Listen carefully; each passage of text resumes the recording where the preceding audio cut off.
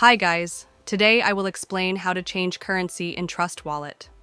This process is really simple and easy. The first thing is open your Trust Wallet application.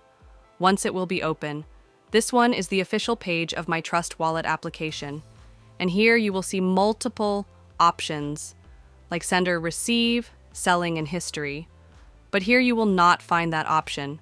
By using that, you can change your currency. So how can you find it? Just take a look on the left top.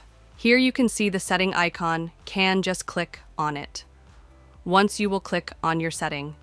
Scroll down a bit, and here is the option of preferences. Just click on it. On the top, you can see the option of currency. Click on it. And here, you will find all the currencies which are available in Trust Wallet. And if I scroll down here, multiple currencies are available.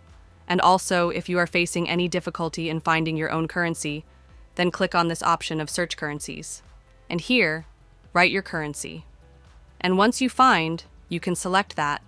And when you will select that, your currency will be changed to that one. And it was the way by which you can change currency in Trust Wallet.